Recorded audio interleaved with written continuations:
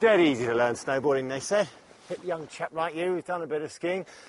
All you need are baggy pants and a bit of attitude. Well, I did sort of learn, but pretty badly, as you can see. Because what I didn't realise is there's a logical teaching progression. And there are people like her. That's Becky Malthouse, 6 times British champion. She's also raced on the ISF World Cup.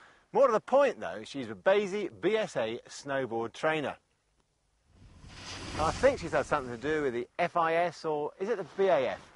I've got it here. MI5. Excuse me.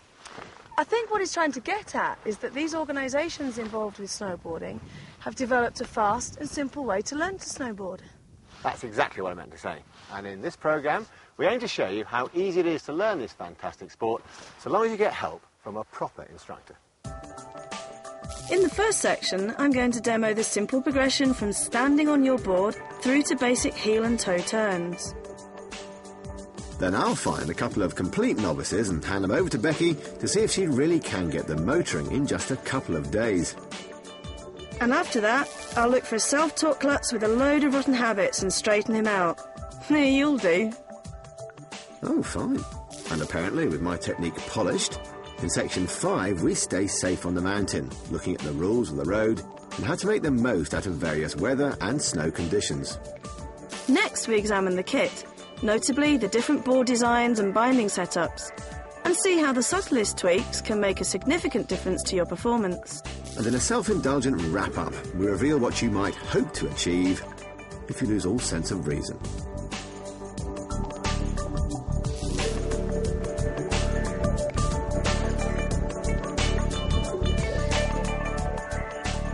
It all starts with scooting, the best way to get around on the flat, as well as helping you get used to having a plank on your foot.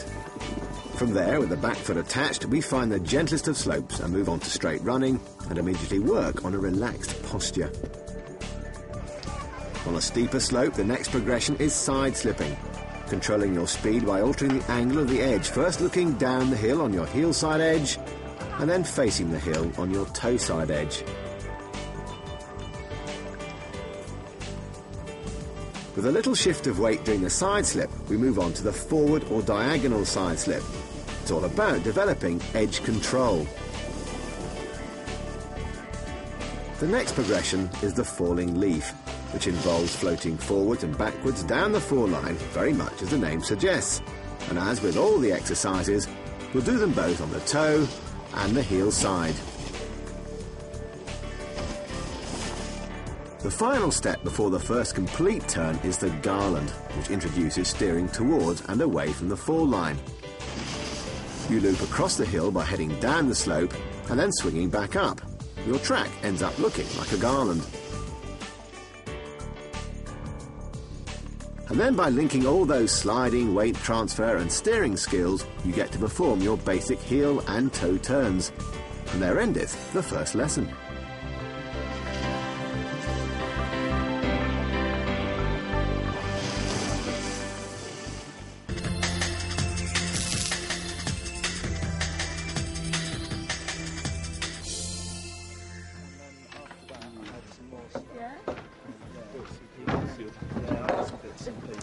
Alright geezers, Anyway. so anyway guys, what about this morning? I was totally stoked on those freshers. Yeah, I really enjoyed that hit this afternoon.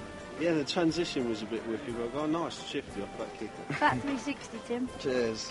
Cool. Can I come and ollie around with you geezers sometime? Because I want to check out my chicken McTavishes. Well, snowboarding, as you can see, has its very own culture and its language, which some know a bit better than others. But you don't have to be a part of that to start. And to prove it, we're going out in the street to find 2 totally normal human beings who've not so much as sniffed a snowboard in their life before.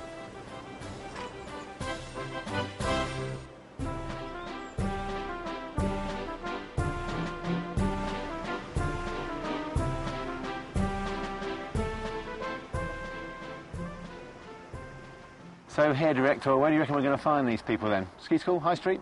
We'll try the high street, huh? OK, let's go. Hey, check this out. Right. Come on, say, come on. Excuse me, I wonder if you'd mind asking just a few questions. We're doing some snowboarding, and would you like to be a beginner? Nou, Entschuldigung, ich verstehe Sie leider überhaupt nicht. Good start. Perhaps an English speaker might be better. Come on, look.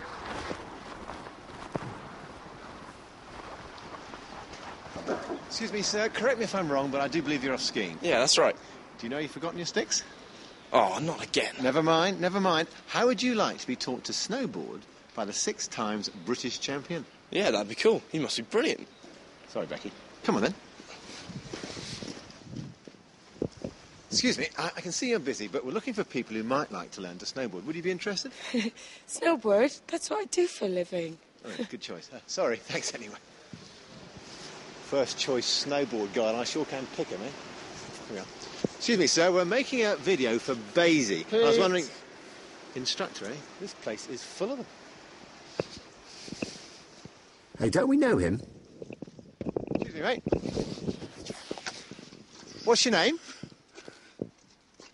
Your name? Oh, Spiky, man. I do, Sparky. You off to a bit of snowboarding, Yeah, geezer, look at this. It's cool, isn't it? Done much before? No, but I've done a bit of street, bit of skate, you know, a bit of surf, you know, try it all out. It's going to be easy, man. Easy. So you don't fancy any free lessons, then? Nah, I don't need know that, mate. No. Sure. Well, maybe see you on the piece, then, Sparky. Yeah, monster geezer. OK. Need just one more, don't we? Yeah, a girl would be good. And where are we going to find one of them at this time of day? Check it out. Excuse me, miss. I wonder if you might answer a couple of questions. First of all, are you here for the skiing? No, the après ski. Indeed, yes. And have you ever skateboarded before, anything like that? In those shoes? Indeed, yes. Well, would you mind taking part in a little snowboard experiment? I'm game for anything.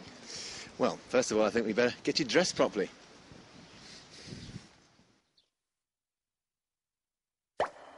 Thermal breathable underwear saves the need for stacks of bulky clobber.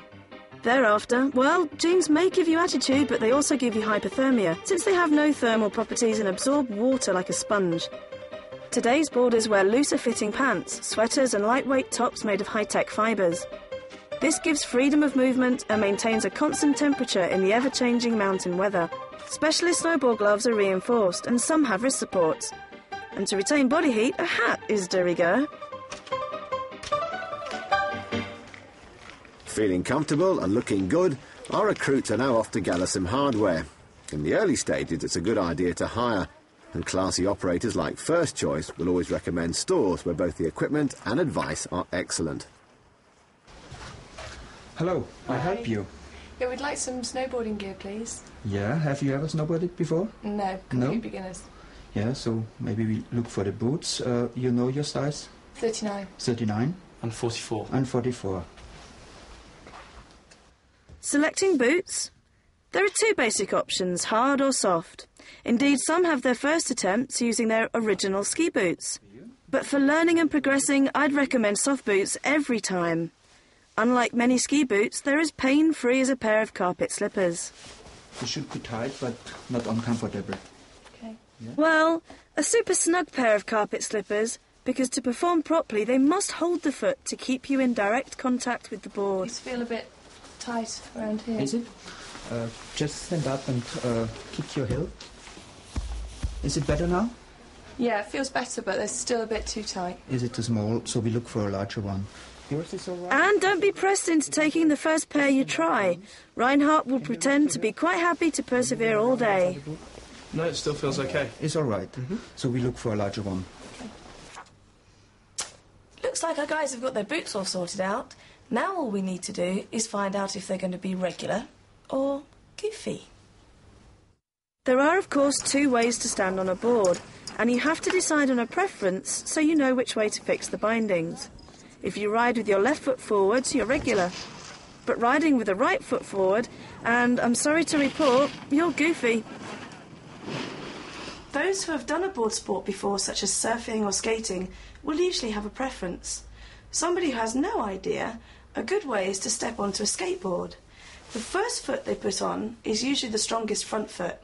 For me, it's the left. I'm regular. The first thing is... Learn to use the bindings in the shop.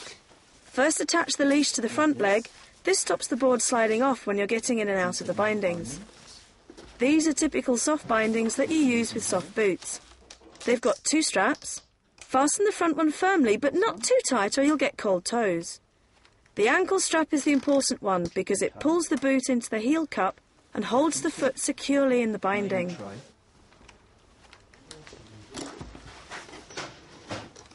We'll be going into the business of boards and setting up bindings in more detail later on. The hire shop should set the width and angle of the bindings for an easy start. There are hundreds of different board designs. So what sort of board do I need? For a beginner, a short board is easier. Short in this case means not much higher than chin height. Why short? Because smaller boards turn more easily, and that's just about it.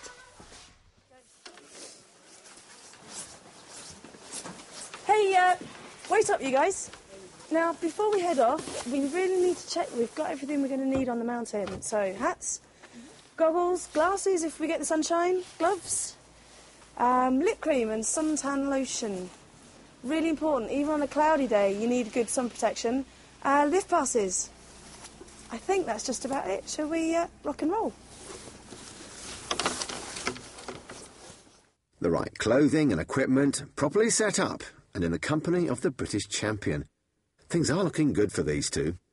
But the route that most debutantes take, especially if they're on the macho side, is to head straight up the mountain, strap the thing on and see what gives. And so it is that the first day's snowboarding is so often likened to being run over by a truck. But it really needn't be like that. And right on cue, here's Becky leading her charges to a place that's more akin to a large billiard table than Everest. Right then, we're here. Isn't all this a bit flat? Well, where do you want to go? To the top of the mountain? Don't forget, you've never snowboarded before, and we want to start off in a good way so that you can learn to get good balance on your board. First things first, I think we'll do a little warm-up. Warm-up? But I've been dancing in the disco all night. Yeah, but that was quite a while ago now. We need to warm up properly before snowboarding to lessen any chance of injuries. Right, pop your boards down out of the way. Make sure you put them down on their bindings because they don't have any brakes, and we want to make sure they don't slide off down the hill.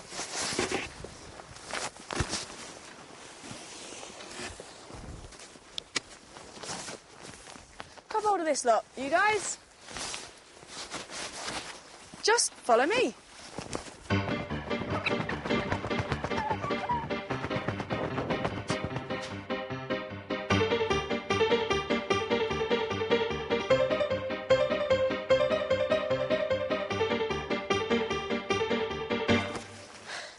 Now that we're ready, you can grab your boards, clip your front foot in, and we're ready for scooting. It may be flat here, but when it's steep you'll need your leash. Get into the habit of putting it on before you clip in. As Becky said, with no brakes, there's nothing to stop the board sliding off when it's the right way up. And left to its own devices, it will quickly begin to do what it does best, and even on the shallowest of inclines. And the damage it can cause is just too horrible to describe on a family programme.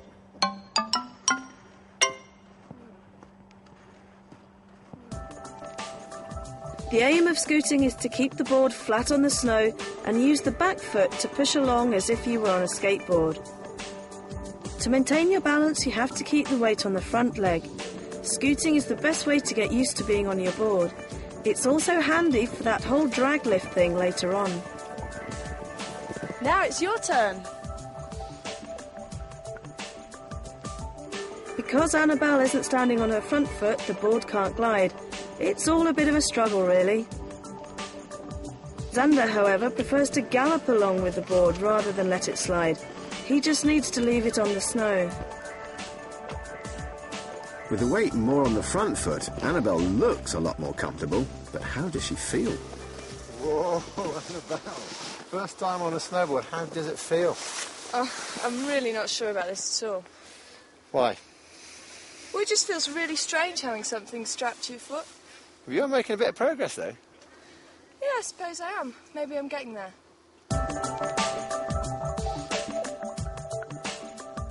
We're in a perfect spot here to do some of our first exercises because we can clip the back foot in without the board sliding away. All we're going to do is have a straight run down the hill while you balance over your board.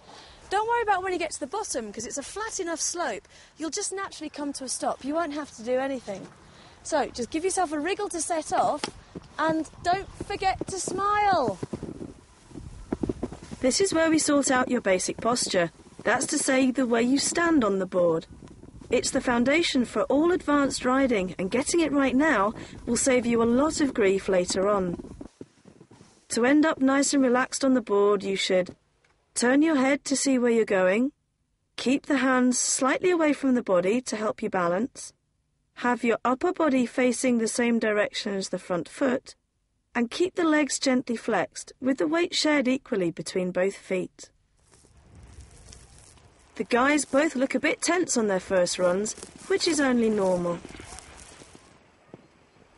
Annabelle's aeroplane arms show she's probably using muscles she never knew she had.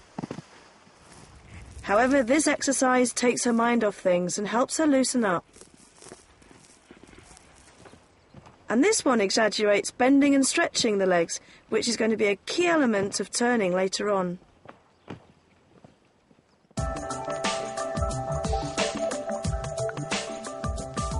Clipping your back foot on the flat was dead easy, but now I'm going to show you how we can do it when we're on a slope.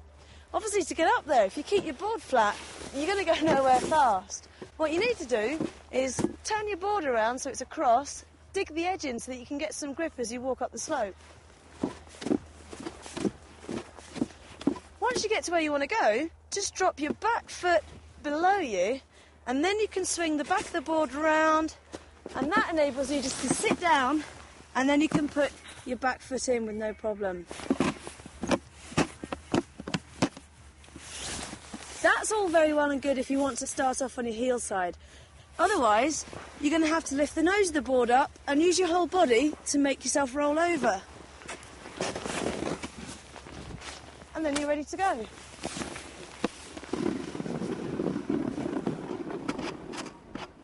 Well, despite disco fatigue, Annabelle storms away. With a bit of practice and coordination, you'll soon fly uphill.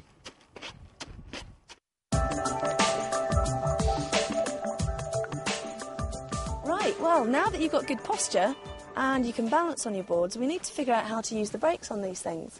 We're going to do that trying side slipping.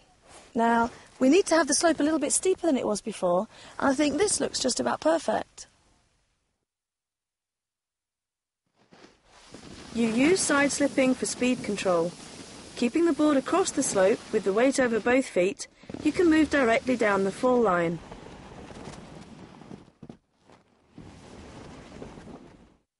To speed up, stretch the legs and flatten the board to the snow slightly.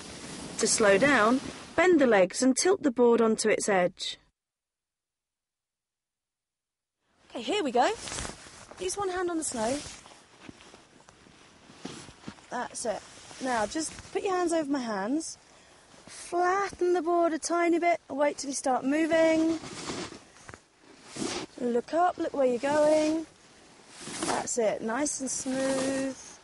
And then just dig your edges in again when you want to slow down and stop. Good, not bad at all. Have a go at it on your own this time. Is that a bit tricky? All right, try this. Put your hand in really close to your hip and bring your shoulders over the front of the board. Use this spare hand to reach out as if you were grabbing onto a bar to help pull yourself up. And keep your heel edge digging in at the same time. That's it, you've got it. Okay, really gently squeeze your toes down. Try and make it smooth. Right, are you ready? Yep.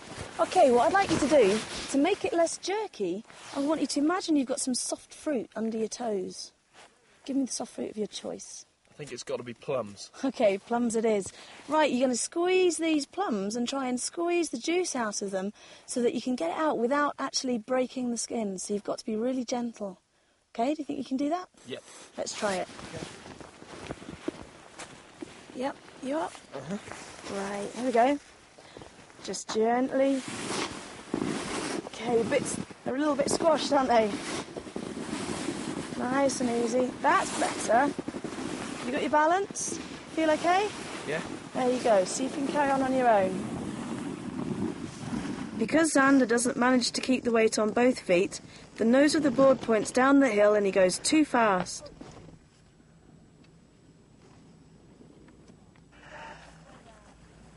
And here's another classic mistake. If you flatten the board off too much, you'll catch the downhill edge and take a tumble for sure. And after a tumble, always swing the board across the slope before you stand up. Believe me, I've had plenty of practice.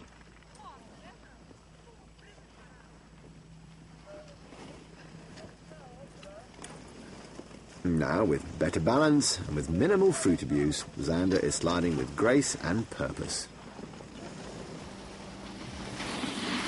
Xander, it seems to me that your plums have got a bit more juice in them now, and your edges are controlling better. What's Becky told you to make the difference? I think it's purely down to flexibility. Initially I was a bit rigid, but then Becky told me to start bending and stretching my legs a bit more, and that seems to do the trick. Off you. Thank you.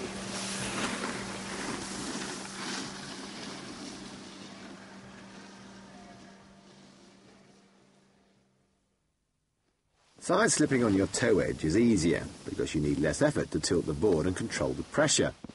But you have to make a special effort to see where you're going.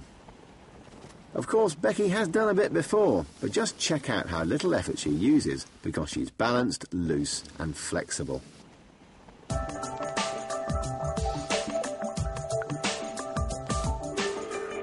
With the diagonal side slip, you can start to change direction. A small shift of weight towards the nose of the board means that you'll side slip diagonally across the slope. Xander finds out that flattening the board makes it turn towards the fall line and he's off. Annabelle keeps the edge gripping along the whole length of the board and shifts her weight well, but her straight legs make it a bit of a bumpy ride.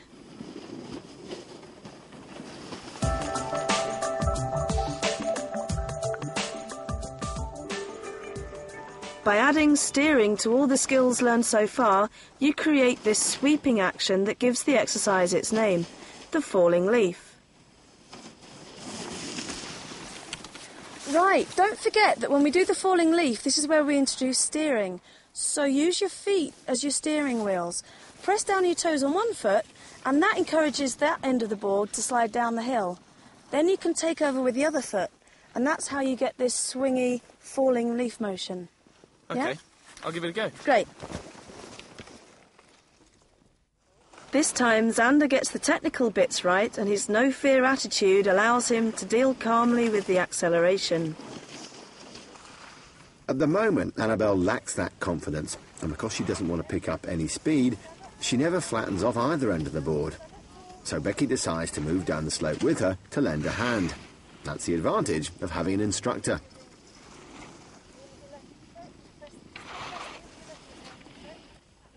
Remember, on the toe side, it's harder to see where you're going. Use the swing across the slope as an opportunity to check what's below you.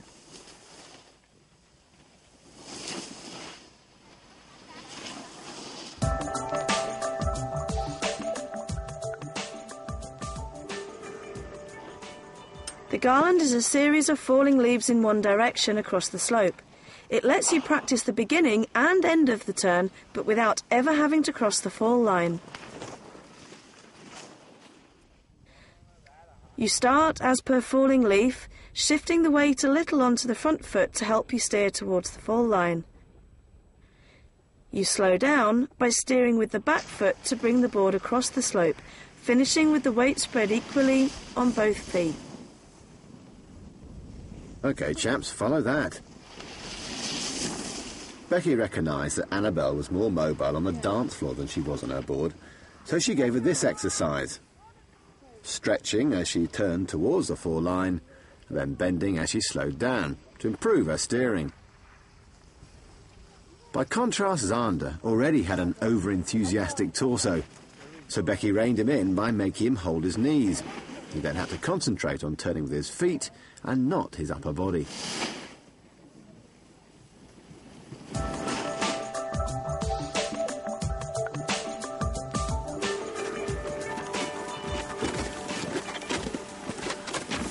Well, have you guys had enough of climbing up yet? Absolutely. Definitely. OK, well, now that you have enough control to come down the slope safely, we can start using the lift to get back up again. Here in Hinterglen, we've got a nice little rope tow. Other resorts have all sorts of lifts, so for top tips of how to get up the mountain, there's a whole section on it later. OK, what we're going to do is leave our back foot free so that we can scoot around to the lift. You can then use your back foot on the stomp pad so that it doesn't slide off. keep the board flat, facing right up the hill, and we're going to hold on to the red bars with both hands, as if you're water skiing. Slide on up to the top. When you get there, just put your back foot on the ground so that you can scoot away. If you do take a bit of a tumble, don't worry at all. Just roll over to the side and clear the track as quickly as you can and wait for me there. Any questions? Nope. No. OK, right, let's go.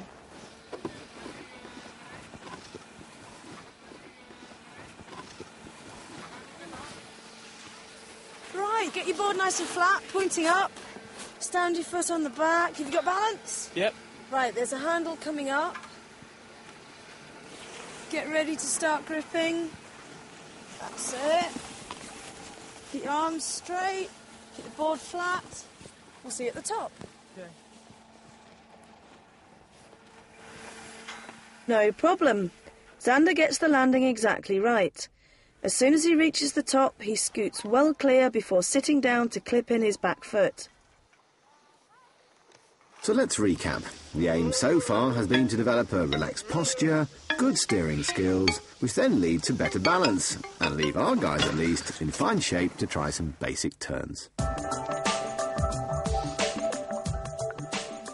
OK, Annabelle, we're going to try some basic turns. So like the Garlands, we're going to steer down the hill, but instead of going to all the trouble to turn back across, we're going to make it easier and we're just going to carry on steering the way we started. So I'm going to come with you and I'm going to help you through the turns. OK. So just let me hold your hands. You're going to use your front foot as your accelerator.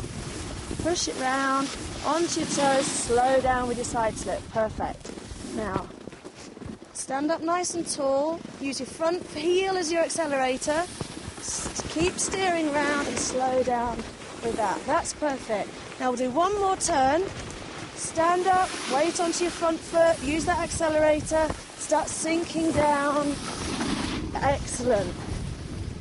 Feel good? Becky's turns are a lot more flowing because she's coordinating all the movements. The chief difference between this and the Garlands is that the edge actually changes during the turn. She starts on her heel edge, flattens the board off into the fall line, and then rolls onto the toe edge to finish off the turn.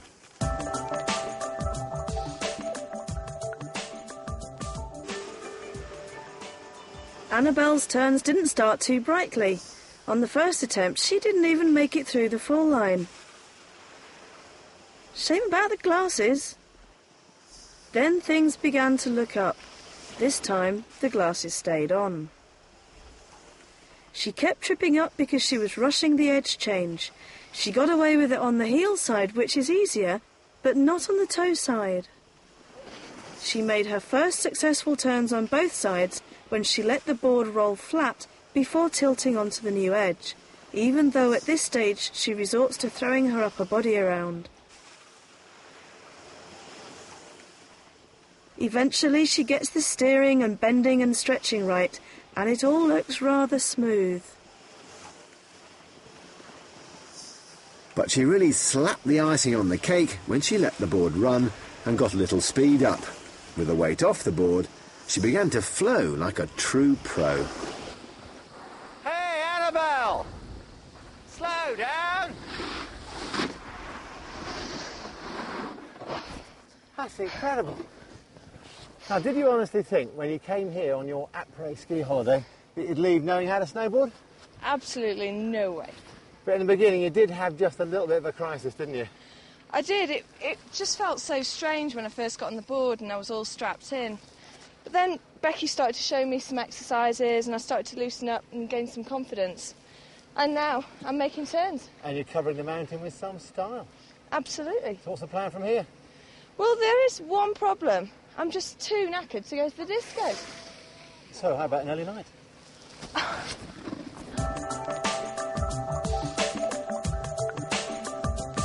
Xander's technique is temporarily put aside as he puts all his concentration into just getting round those turns. He just needs to remember the basics. Then his early solo efforts took him off-piste, which was perhaps a little ambitious at this stage. but a bit more speed and confidence, and he's starting to incorporate the good techniques he learned earlier. Then, off on his own and full of youthful bravado, he goes too fast and it all starts to go a bit pear-shaped. He disregards everything he's learned and adopts a sort of Quasimodo survival stance. A common fault with many who don't take lessons. It didn't take long to remind Zander of the basics, and once Becky got him to stand up again and slowed him down a little, he soon began to coordinate all the steering and weight change elements needed to make smooth basic turns. Zander looking a lot better than yesterday. Well, I have to say, you look quite sort of hunched up and out of control. What's Beck told you that's made all the difference? Well, I think the main tips were that she said, keep your hands over the ends of the board, make sure your shoulders are nice and high, and make sure your knees are bent most of the time, especially when you're slowing down. So what does that make you feel like when you're boarding? Brilliant. It's just so much more comfortable and just much more confident as well. Excellent. By the last day, his body language reveals all. He is totally into the thrill and exhilaration of snowboarding. From this point on, he just needs a little help as he keeps progressing to make sure he doesn't shoot off the rails as he did before.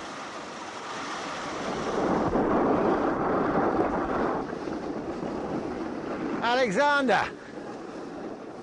I reckon in 2 days, thanks to Becky's lessons, you've come about as far as I have in 2 weeks. And the fact that you're still out here on the floodlit piste at nearly midnight suggests that you're hooked. How do you like it compared to your skiing? I love it. It's so much fun and it's so fast. It's really easy to pick up and you get these nice comfy boots. I hate you. Let's go.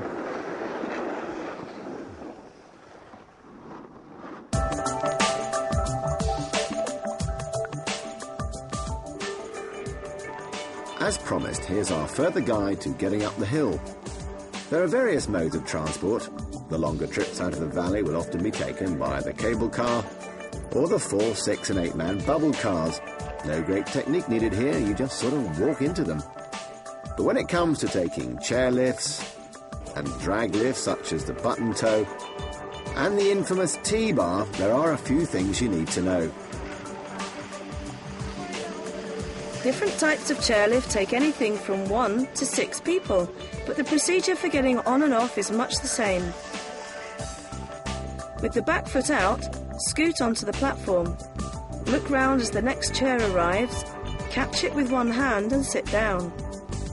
After a clean takeoff, pull the safety bar down and lift your board onto the rest. As for getting off, lift the bar well in advance, edge forward to the front of the chair, make sure the tip of your board is up and then slide away with your back foot on the stomp pad. And if you do experience a rough landing, just move off to the side and clear the runway. There's a bit of etiquette too. Although our board hangs sideways, we don't need a chair all to ourselves. Boarders and skiers can rise together in perfect harmony. And when getting off, it's really not the done thing to use your fellow man as a mobile crutch, then head off at right angles to cut him up. Hold your line until you're well clear. Drag lifts. I don't mind telling you, I've had a few problems with these, but only because I wasn't sure what to do. OK then, let's start with button lifts. Some leave both feet in. Normal practice is to unclip the back foot. Then you can use it to scoot yourself into position and to help you balance as you take off. With the board pointing up the hill, grab the pole, slip it behind your front leg, bend a little to absorb the pull before putting the back foot onto the stomp pad. From there, it's a case of relaxing, keeping the board flat and letting it follow its own course over the ruts. As you reach the top, pull the pole with both hands and throw the button away. Make sure you scoot out of the way before the next bloke has a chance to run you down. T-bars were originally designed to drag 2 skiers and not 2 laterally mounted boarders. So Spiky can perhaps be forgiven for his unconventional approach, although he probably used less energy walking up. But where there's a Becky, there's a way, and just by tucking a prong behind the front leg, you hitch a painless, uncontorted ride to the summit. And if you weren't friends at the bottom, you certainly will be by the time you reach the top.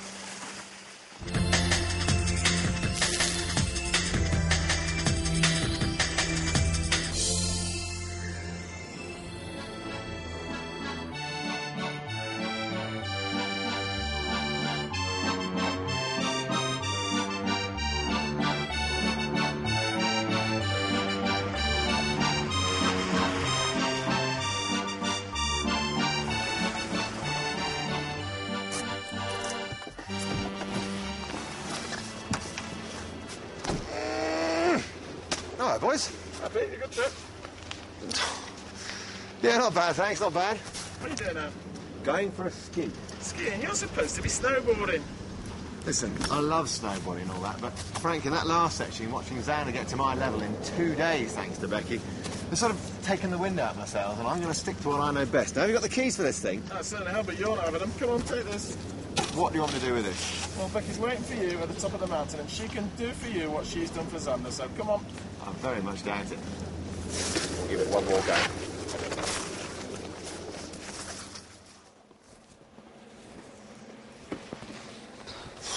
Well, made it, finally.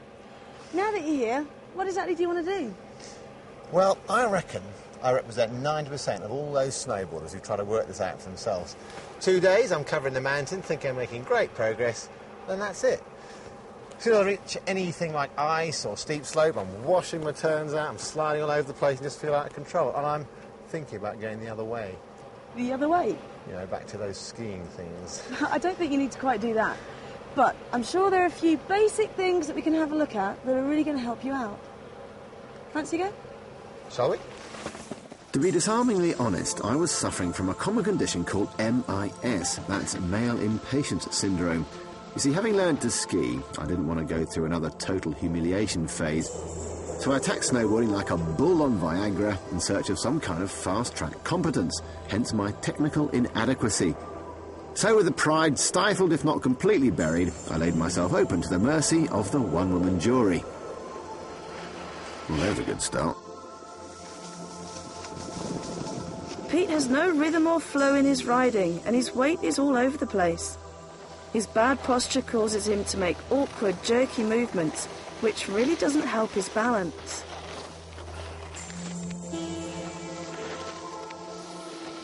He doesn't bend his legs, so he ends up turning the board by throwing his upper body around, which won't do at all. We've got to take him back a few steps before he can get onto the stuff he really wants to do. So here's the plan of how we're going to rebuild him.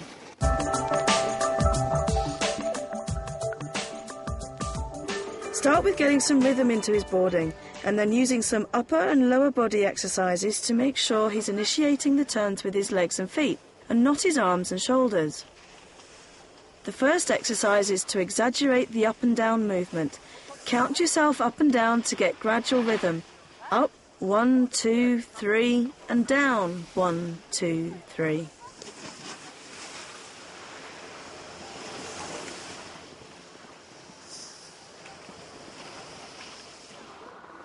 Oh, 1, 2, 3, 4, 5, 6, 5, 6, 7. I suppose I look a little better. My legs aren't quite as straight and there is a hint of flex. But as far as flow goes, well, I still look like Bambi on acid. A good way to improve rhythm is to do a bit of synchronised riding. Turn with someone who's calling the shots, not just when you feel like it. Pete's keeping up, but his whole form is still being corrupted by those windmill arms.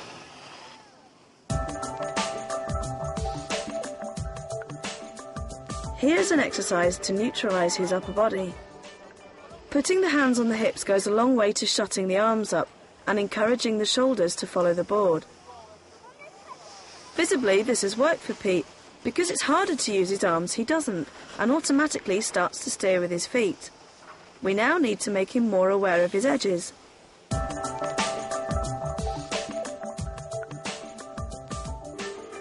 In this exercise, the hands imitate the feet as they make the edge change. So for the toe side turn, drop the front hand as you press on the toes of the front foot. Drop the back hand as you press on the toes of the back foot. For the heel turn, tilt the front hand as you tilt the front foot, and tilt the back hand as you tilt the back foot. First hands on hips, then she has me wafting around like a drag queen. I was seriously worried about my social standing. However, this exercise was a revelation. Firstly, I'd never deliberately changed the edges with my feet before. It had just sort of happened, or not as the case may be. And I'd never been aware of the feet working independently, nor of that forward and back shift of weight. It's now a whole new board game.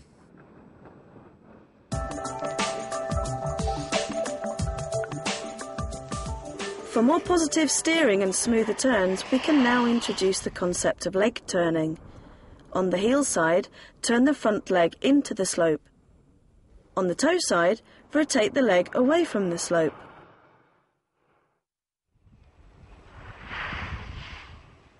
This seemed an odd one, in that with the foot locked to the board, what good would turning a knee do? But it does work. It seemed to help me anticipate the turn and got my body moving in the right direction. When I first decided to give this a go, I thought, I'll have no problem because I've done a bit of surfing and all. This is surely surfing the mountain. Big mistake, because in surfing you use a lot of upper body to make the board turn, which you don't in snowboarding, as Becky taught me. And it's when I started to let my legs do the work and keep my shoulders still and follow the board that I really started to make progress.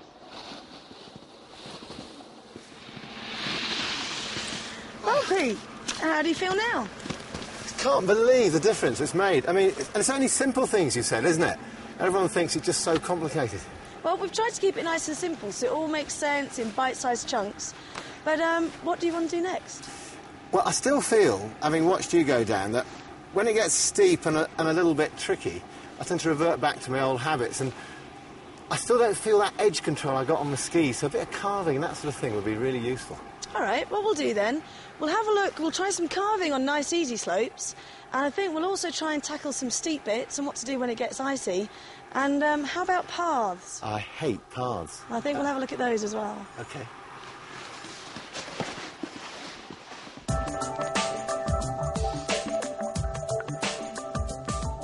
So what actually is carving? Well, check out the differences between the following runs. There's this one. And this one. Well, obviously this one is a lot faster. But look again, and you can see that in these basic turns, the board slides round and is only on its edge at the beginning and end of the turns. But here, apart from the microsecond in which the edge is changed to start a new turn, the board is on its edge for the whole arc and literally carves a track through the snow. How? Through the feet pressuring the middle of the board, it bends, and if the edge is gripping, follows that curve. The task is now to get Pete edging harder. To keep the edge biting round the whole turn, you start by driving off the front foot and finish by driving off the back foot. So in this exercise, we're just concentrating on the forward-backward weight shift. You can see how by driving hard off the back foot, I'm catapulted into the next turn. By making such a deliberate shift from front to back foot, I became much more sensitive to where the pressure was at each stage of the turn. I was certainly sliding around less, but sadly I reckon my board was angled at 10 degrees to Becky's 90.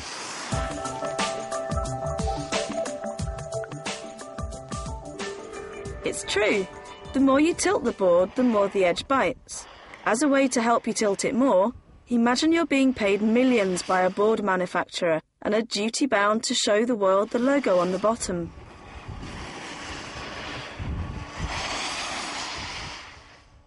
You feel a bit vulnerable carving hard, in the knowledge that if the edge lets go, you slide flat onto your, whatever. But this exercise helps you take your mind off that. And perhaps the sponsor isn't ecstatic with the amount of exposure he's getting, but on the heel side especially, the need to show my bottom made me think really about lifting my toes.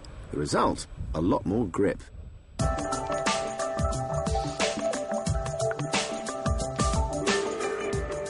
Getting back to our basic turns for a moment, look at the point where the edge is changed. The edge isn't actually changed until after the fall line, so there's quite a time when the board is flat.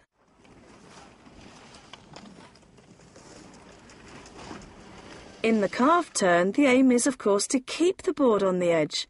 So this final exercise is all about changing the edge as early as possible. In contrast to the basic turn, you can see it happens well before the fall line. The board is flat for only the briefest moment. Changing the edge so early to begin with made me feel as if I was going to trip, but only because I was going too slowly. But as soon as I picked up speed, I could apply pressure to the board, felt it bend, and really began to leave my tracks in the snow. And on the subject of tracks, well, Becky had a few things to say about them. She told me, however brilliantly we thought we were doing, the lines we leave behind reveal all. Unsurprisingly, these perfect examples are Becky's. A sharp line, a moment of flat as the edge is changed, followed by another fine line. And this is my slightly less ideal trail. A rather wide trough, revealing a touch of edge slip, a slightly hesitant edge change, and another wide trough. Still, I'm getting there, sort of, so long as it's flat.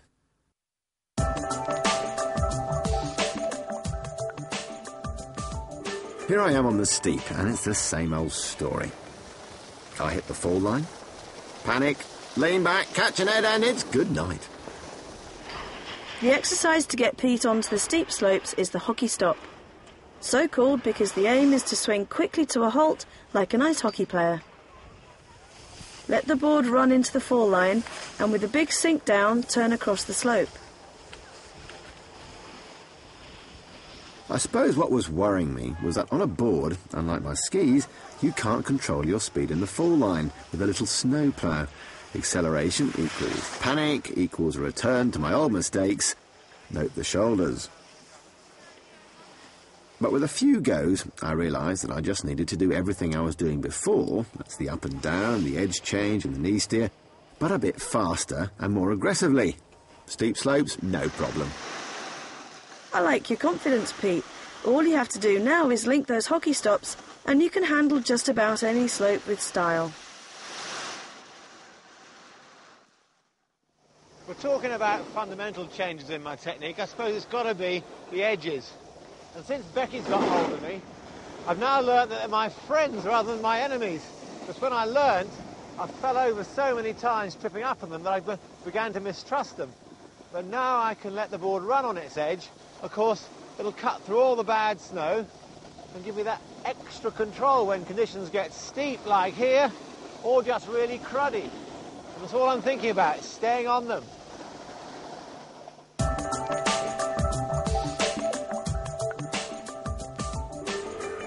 A good lesson is partly about eradicating the odd fault, or complete ineptitude in my case, by using specific exercises, and partly about getting some snow miles under your feet. And for sure the most enjoyable and fruitful part of the session for me was following Becky on a non-stop run. The brain has a habit of trying to work too hard, and sometimes, if you make like a kid and copy the person in front, your body just does things you never imagined it was capable of. But I did get a bit concerned when she hit it off full tilt straight down the path. On the list of safe things to do, straight lining at speed on a board is right up there with spear fishing for sharks. The sensation, for the inexperienced at least, is that at any time you'll catch an edge and pirouette into a terminal faceplant. Shifting gently from one edge to another is a great tip, but in the end you just have to do it again and again to extend your comfort zone.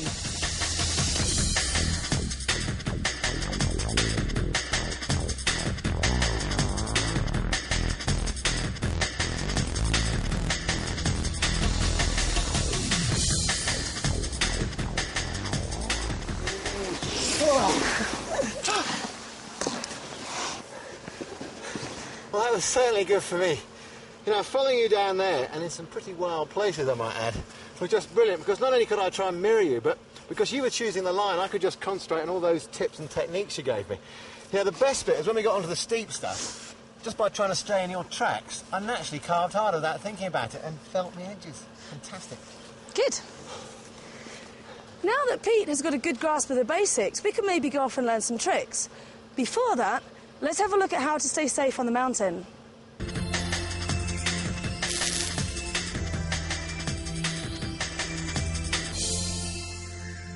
Whether you're a skier, a snowboarder or whatever, staying out of trouble on what a pretty crowded piste these days is just about obeying some very simple common sense rules.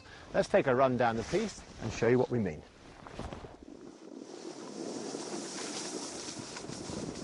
Snowboarders have been cast by skiers as the scourge of the mountain for their lack of road sense. Perhaps with a little justification. OK, they do tend to take a different line and use the piste differently, but the following rules apply to anyone using the slope.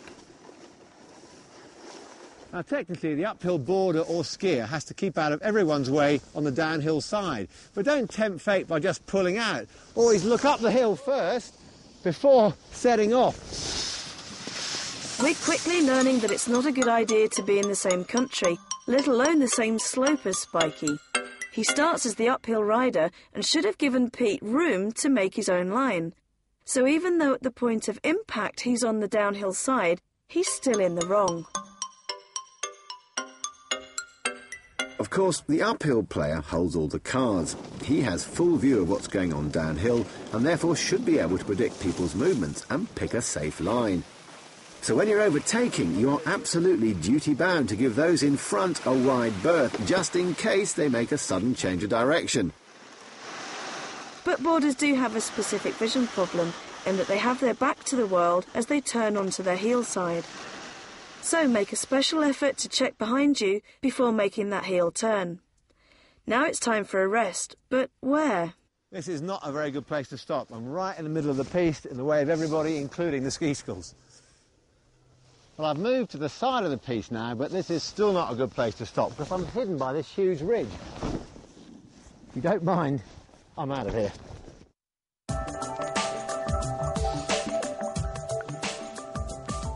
The way to stay safe is simply to head for the slopes that best suit your standard and ambitions. Every resort will offer you a free piste map marking the whereabouts and the names of the runs. They're colour-coded according to difficulty, and you'll find a series of markers to highlight the routes. Blues are easy runs. You can be more or less guaranteed that on a blue run, you'll be shallow, wide, and with no evil drop-offs. Red pistes are aimed at intermediates. They'll have steeper and possibly narrower sections, which will demand better board control. Black runs are for experts only. A true black run is genuinely steep, and because people are consistently side-slipping and edging hard, the surface is often bumpy, rutted and hard-packed. And to be honest, what makes a run difficult is not so much the gradient as the snow conditions. So what do boarders need to avoid? Ice. Ice can make a blue run feel like a black, although Becky will be offering tips on how to handle it shortly. And those bumps. You see, bumps or moguls are made by skiers, and often there's not a natural way through them for a board. They do represent a bit of a challenge though, but it's more of an exercise in achievement rather than pure free-flowing enjoyment. However, the little bumpettes on a shallow piste are excellent for helping you initiate and then link your turns, something converted skiers will relate to. So what else is there to look out for? It's really just a case of being aware of all the signs, like slowing down at bottlenecks, taking special note of off-piste advice, and not going down closed runs. Believe me, the patrollers don't put the warnings there for a laugh.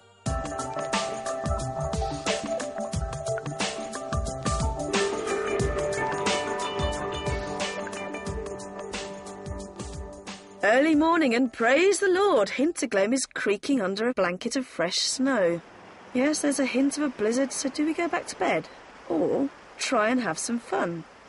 Well, 10 minutes later, I'm dragging a reluctant and rather sceptical Pete up the cable car. Becky, don't mean to be rude, but I can't help noticing that there's 50 miles an hour wind, the snow's coming in horizontally, it's freezing, and we can't see anything, and we're still going up the hill. Well, come on, Pete. We're not going to miss a day while we're here for such a short time. I've had some of my best days riding when it's snowing. And no doubt you got some Eskimo in you, have you? Nah, seriously. I can show you some things that'll mean we'll have a really good time, and I think we'll keep out of trouble too. I trust you.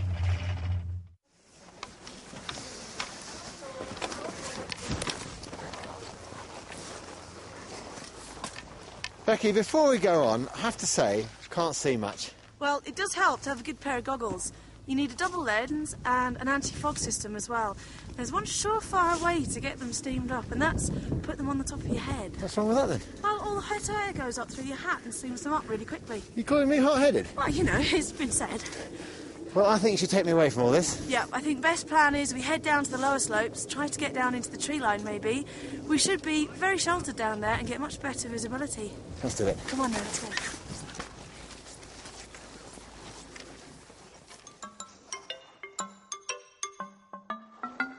Common sense dictates that this is not whether to go exploring, and that on whiteout days, it's best to choose an area you're familiar with.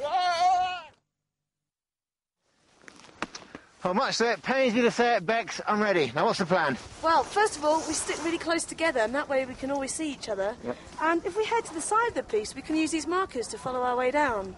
OK, sounds good. Lead on. Now stick to me like glue. Calling this arrow light.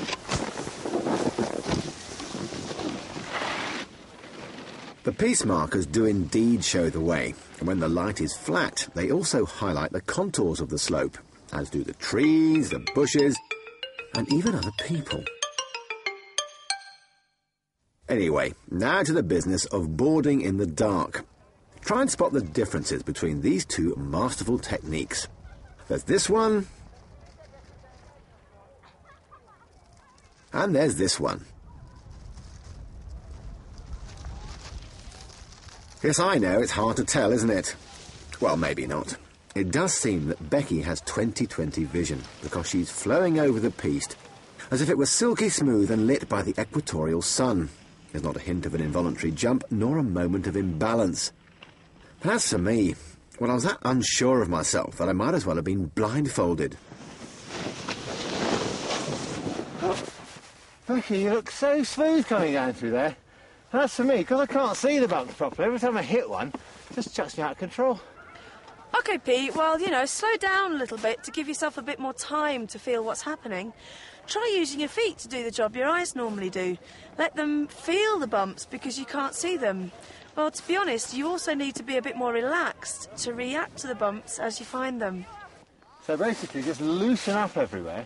And apart from that, don't need to change my technique at all? No, not really. Stay to the same things. Just, you know, chill out. Remember, use your feet to do the job that your eyes normally do. All right, then. Let's give it another go. OK. Developing those sensitive feet would come, I reckon, only through putting in a lot more snow miles. But I could at least kid myself I was getting better, because the trees were really breaking up that flat light. My only concern now was that we were eerily alone. Wait. What's up? We've run out of piece markers. I'm not panicking or anything, but where are we? Right, just listen. Yeah? What can you hear? The subtle sound of a lift. Yeah, exactly. Remember when we looked at the piece map? We needed to keep the cable car on our left-hand side, and I can hear it over there, so if we head off that way, we should be fine. I'm so glad you're here. Let's go.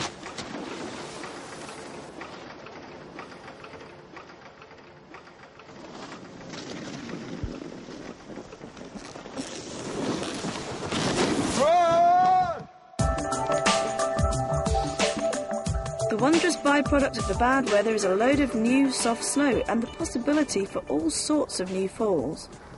Now, learning to ride in powder need not involve heading miles away from the piste into avalanche country. With a little search, you'll find it surprisingly close to home. Right then, Pete, here we are. Fresh powder, and we're only 10 feet from the piste. Yeah, so we're in no great danger, are we? But what I'm thinking, Bex, is I'm not that experienced, as you know. And when I learnt to ski, I mean, it took me literally years to master soft snow. Well, that's the difference. Snowboards were designed, first of all, to go in powder. And to be honest, you can't have more fun on a snowboard. Well, I can see you're itching to go and leave me here alone. Before you do, is there anything else I need to know about this stuff? Well, you just don't dig your edges in too hard and lean back a bit. The snowboarder's holy grail. So natural, and really, despite appearing super impressive, it's wickedly easy. Let's see how Pete gets on.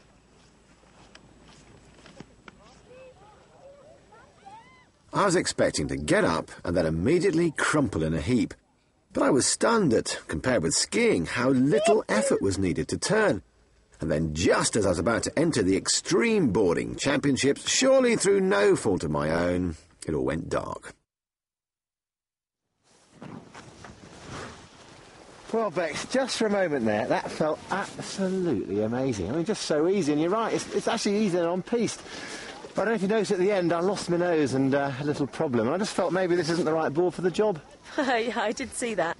You can actually get specialist powder boards with great big long noses and short swallowtails.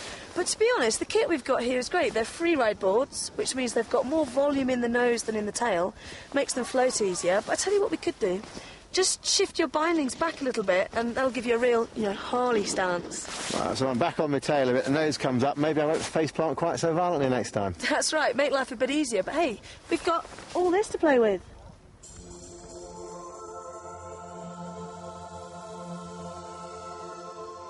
Snowboarding in powder is all about rhythm and using one turn to project you into the next. As I said, the basic technique is exactly the same as for the piste, but with a bit more back foot pressure.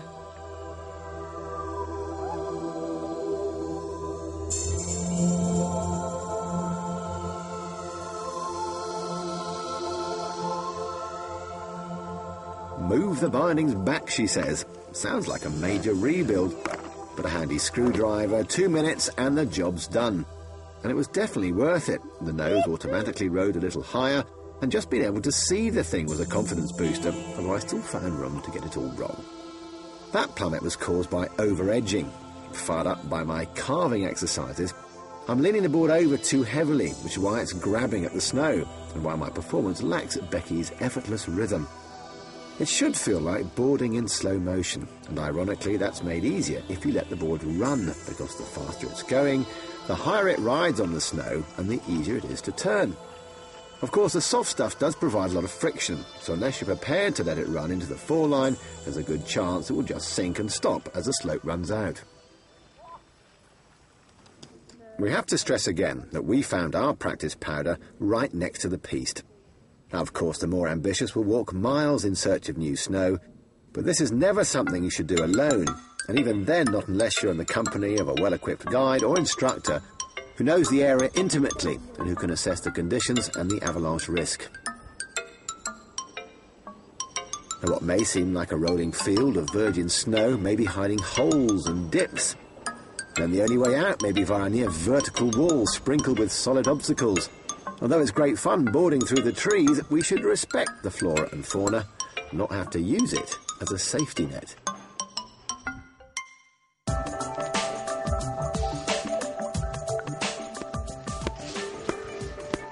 Trip an edge on that and you're going to die. It's rock hard.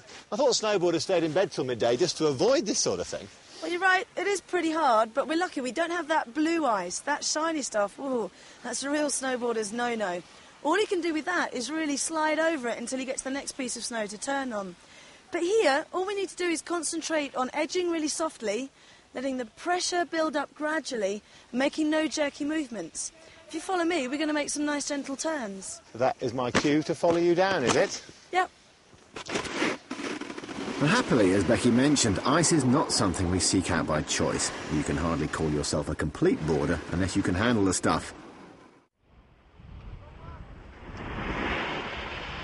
Despite not enjoying the conditions, Pete's not doing a bad job of following me down this slope.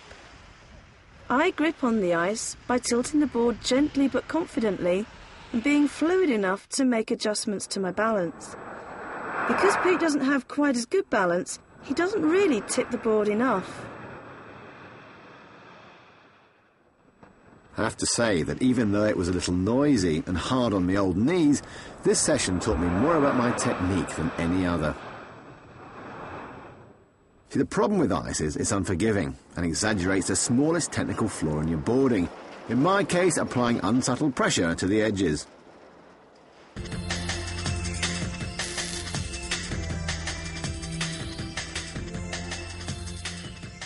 When you watch a real expert, you get the impression of someone in total control of their body, but you also get the feeling that they've chosen the exact right board and setup for their particular brand of lunacy. Now, I'm not one to make excuses.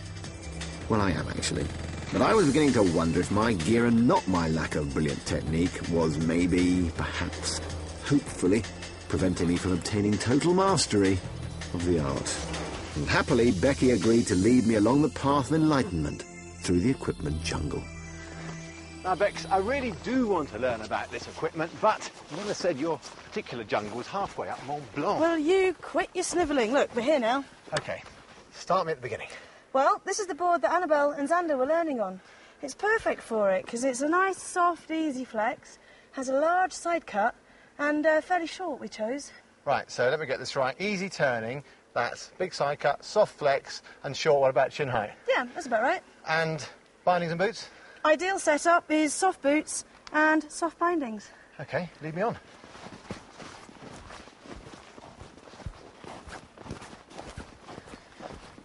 Oh, this is different.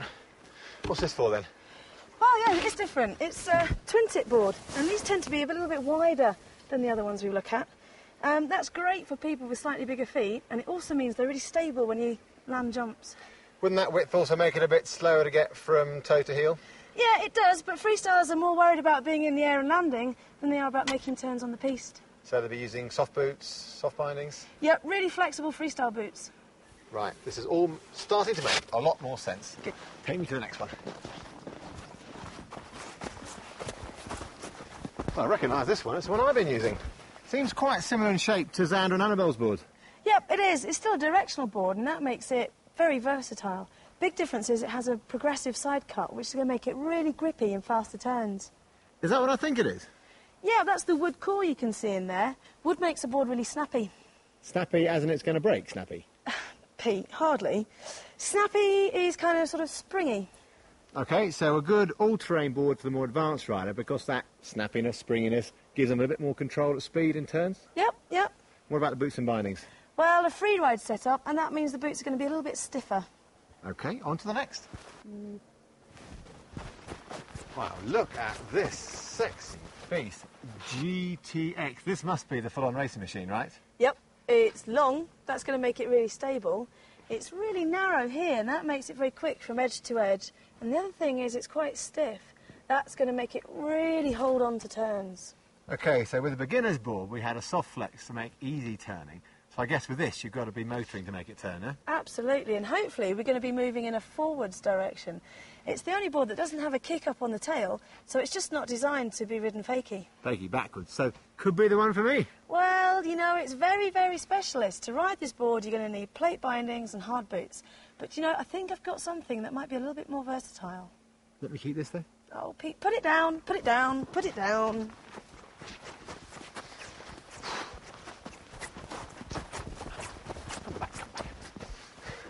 Check this one out, Pete. It's a real freestyle board, but it does have some alpine tendencies. Explain yourself. Well, if you look at the tail, although it's still quite square, it has a bit of a kick up. Not wider, though. Yeah, and that means you can use it with your freestyle boots, you know, slightly lesser angles. It's great to use with clickers. So, still good for speed, but a lot more versatile than the old race machine. Yeah, it's brilliant in border cross, where you need speed and air. Right, Bex, you see me ride. What really is best for me? Well, you know, I think I still have something up my sleeve.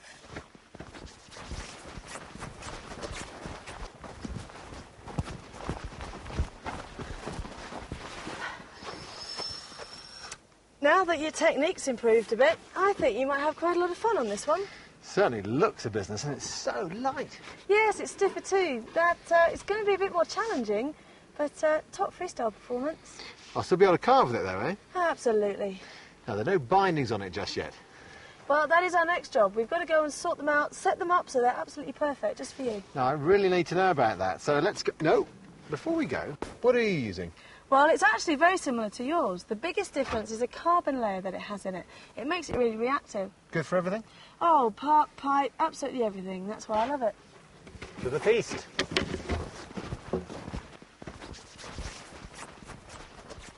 Well, we're nearly on the piste, I suppose. Yep, not far away, but this is a good spot to set the bindings up before we go anywhere. Now, if you look at the holes down the board, it gives you, I don't know, probably about a zillion different places to position the bindings on. And to try out these different setups and see how they feel and how they affect your riding, well, you're going to give it a shot on each different one. Right. Should be interesting. Oh, I hope so. Well, we can try with the bindings as wide as they'll go, something like that, down to as narrow as they'll go. We can also try them with super steep angles, something like 60 on the front, 45 on the back. Racy. You could try them very, very flat, like that. And then we can also try having them both right towards the front of the board and both down towards the back of the board. Okay. But the first one, I think, will set you up with is having the bindings as wide as they can possibly go. This could be very entertaining.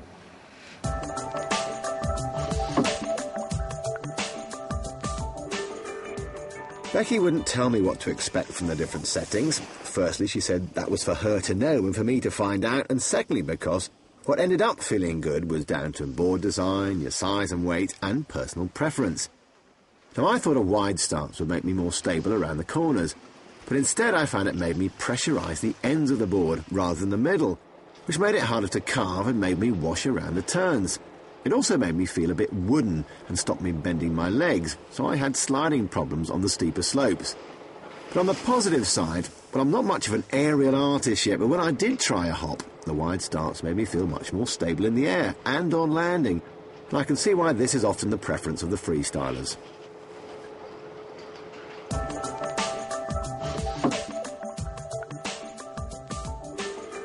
With the feet close together, I expected to be all over the place, and was to start with, but after a couple of runs I began to relax and got well into it. With the weight concentrated in the middle, it was easy to bend the board to make it carve. It felt natural to take up a more flexed, dynamic position, so I had far better control on the steep. I felt a lot more sensitive to what was going on underneath me, and so far this was the most in tune I'd felt with the board. But back to the aerial routine, and it felt a lot less forgiving. I guess I had yet to find the ultimate compromise.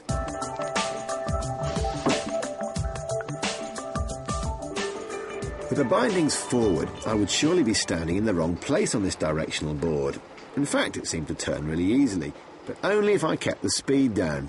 With so little board out in front of me, there always seemed a danger of piling over the handlebars, and I never felt like cutting loose.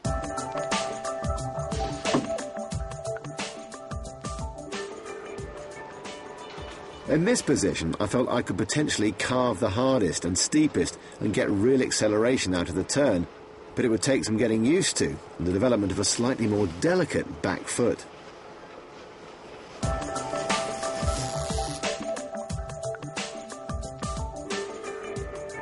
Now, I was really looking forward to this, because I've got a touch of a boy racer in me, and I've seen the severe angles the good guys use on their alpine slalom boards, but I can tell you they're welcome to it. It was scary. I thought my cartilages were going to pop out. I had no control of the edges, and anyone within 100 yards of me was in severe danger. I guess that's just a very specialist stance for a very specialist board that needs a lot of practice.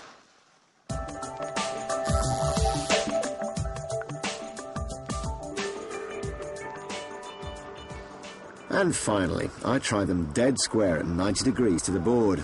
I like having them wide apart. It made me feel a bit wooden. It was harder to get dynamic. It didn't feel as natural to leg steer, and as you can see, I'm tending to slip around rather than carve. But there was a good side, and on the tricks front, it felt almost normal to ride backwards and even try the odd spin.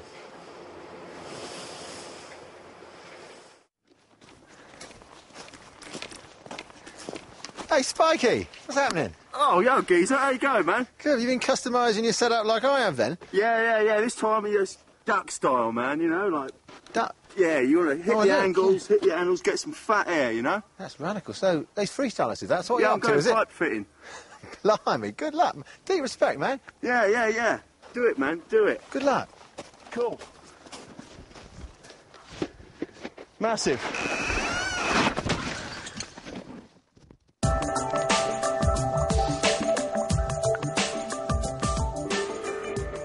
After all your experiments, what did you feel?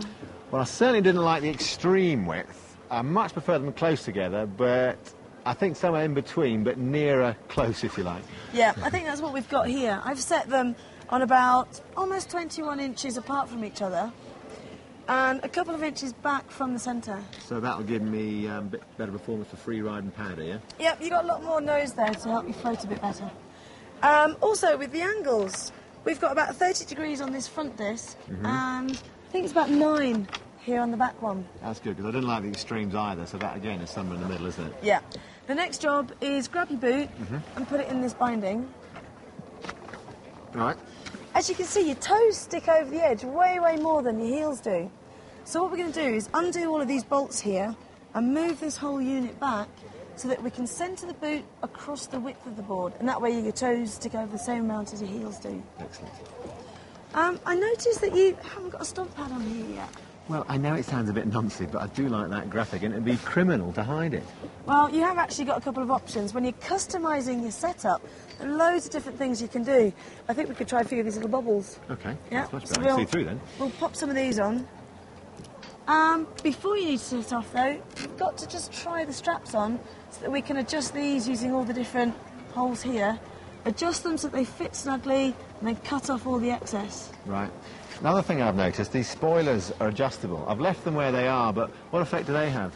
Well, you can move them, and the more forwards you put them, then the more grip that gives you on your heel side tanks. Right. It gives you a bit of leverage. Right. One last point to note. Whenever you go out on your board, give all your nuts and bolts a quick check to make sure they're nice and tight, because they do, every now and again, work themselves loose. You've got a few extra bits here, I've noticed. What are they all for? Well, I did see a piece that I thought might quite suit you, see? I know, bloody love that. Yeah. Leashes. You must have a leash on your board. You've got all these sort of jazzy things that you can get. But I see the one you've got is just quite a simple, and that hooks onto a ring on your boot. Simple is beautiful. Yeah. I mean, as I say, there are lots of things you can get. These toe jams, for example, stick on the end of your bindings if your toes flap over the edge to give you extra pressure and leverage there. So play around with them and get a really good setup that suits you. We're getting there, aren't we? We are.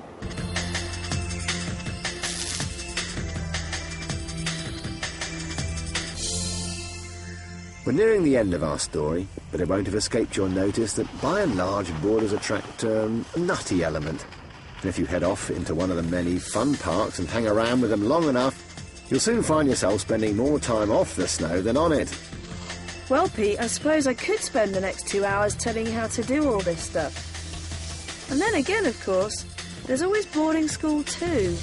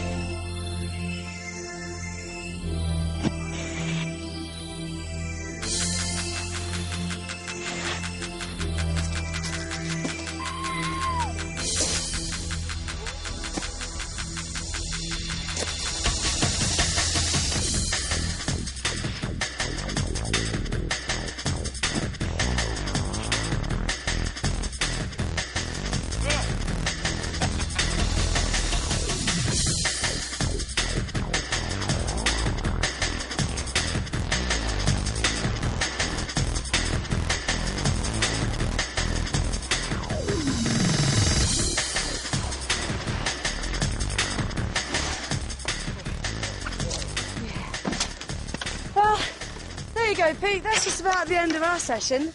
I know you've worked really hard, but how have you enjoyed it? Well, Bex, I've got to thank you for basically rescuing my snowboarding career, which was on the rocks. I honestly didn't know there was that much to it, and especially in that last session. You gave me so many little things to work on. I know I'm nowhere as good as you yet, but I've got the incentive now to go out and practice all that. And I've got to say, I know you're off on a powder run with some of your mates, and I know you're sick of the sight of me. Would you mind awfully if I just tagged along? Well, I don't see why not. The more the merrier. That's okay, great. Come on, baby. Open your eyes and then it edges out. Easy. Yeah. So can I come and cut some cables with you, yeah? Go and do some piece stuff. Yeah, that's fine to join in. You know what we're doing. All the merrier. You just watch out for bears.